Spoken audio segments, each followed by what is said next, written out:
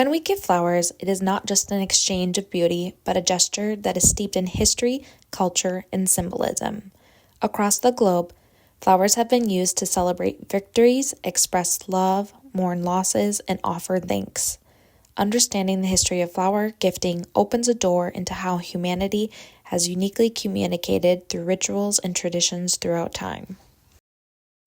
The tale of flower gifting begins in the ancient past, when humans first associated flowers with gods, spirits, and natural elements.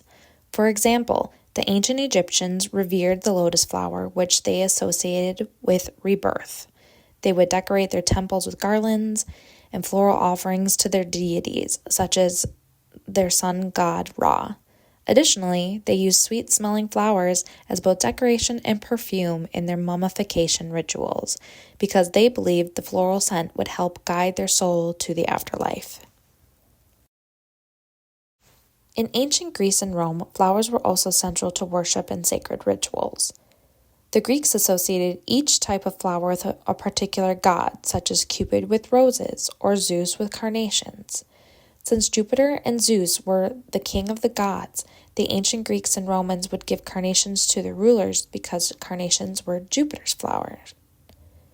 The rose was sacred to the goddesses Aphrodite and Venus, being that they were both the goddesses of love, beauty, and fertility. Roses were frequently offered at sacred temples like the Temple of Aphrodite in Cyprus or the Shrine of Venus in Rome. Flowers were also often woven into garlands and worn as crowns during ceremonies, weddings, feasts, and theatrical performances. The medieval era saw flowers adopt new layers of significance, often tied closely to Christian tradition and the cultural norms of the era. Churches used flowers extensively in religious ceremonies, especially during holidays like Easter and Christmas. The rose became a central symbol of the Virgin Mary, representing divine love and purity. During May Day and midsummer celebrations, garlands of flowers were worn and danced around as symbols of fertility and the blossoming of life. In medieval medicine, lavender, chamomile, and rosemary were not only used for their healing properties, but also as protective amulets against evil spirits. Knights and noblemen used flowers as a way to express their unspoken emotion to individuals of the court. During these courtly love traditions, individuals would present flowers to someone they admired. This strengthened today's association between flowers and romance.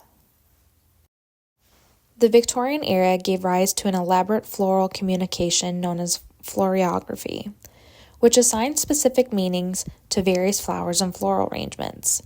The strict social norms of the Victorian era made open declarations of love, sympathy, or even friendship difficult. Flowers would become a discreet yet powerful means of expression, allowing individuals to convey unspoken emotions.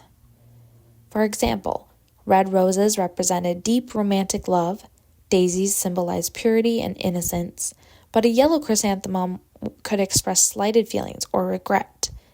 These detailed interpretations emphasized the unique role flowers played in personal relationships during the Victorian period. This intricate practice would set the standard for the importance of symbolism and gifting moving forward. As we fast forward to modern times, flowers continue to serve as versatile gifts for numerous types of occasions, including birthdays, anniversaries, and sympathy. Even though florography isn't as popular as it once was, different flowers continue to carry specific meanings. Giving someone red roses still signifies feelings of love and desire, while white lilies are still considered traditional flowers for funerals. With the improved transportation, greenhouse technology, and the globalization of the world, flowers have become accessible year-round, making it very possible to express sentiments to someone across town or across oceans. Growing up, I remember frequently picking flowers for my mom, including the daffodils that she grew in her garden. I have memories of making dandelion potions with my little sister and receiving my first bouquet of flowers from my high school boyfriend. Years later, when I began working as a florist, I was able to witness firsthand all of the deep emotions behind the act of giving flowers. These colorful and textural arrangements help say things such as, "I love you," You're important to me. You matter. I support you. You are seen. These days, I both receive and give flowers in a variety of ways. After my mom's knee surgery, I wanted to get her something bright and beautiful to admire while she rested. When my best friend opened her jewelry store, I made sure she knew how proud I was of her. After excursions outside, my boyfriend's daughter likes to bring me flowers because, in her words, they are as pretty as you. My boyfriend likes to surprise me with beautiful bouquets because he knows how much I love them.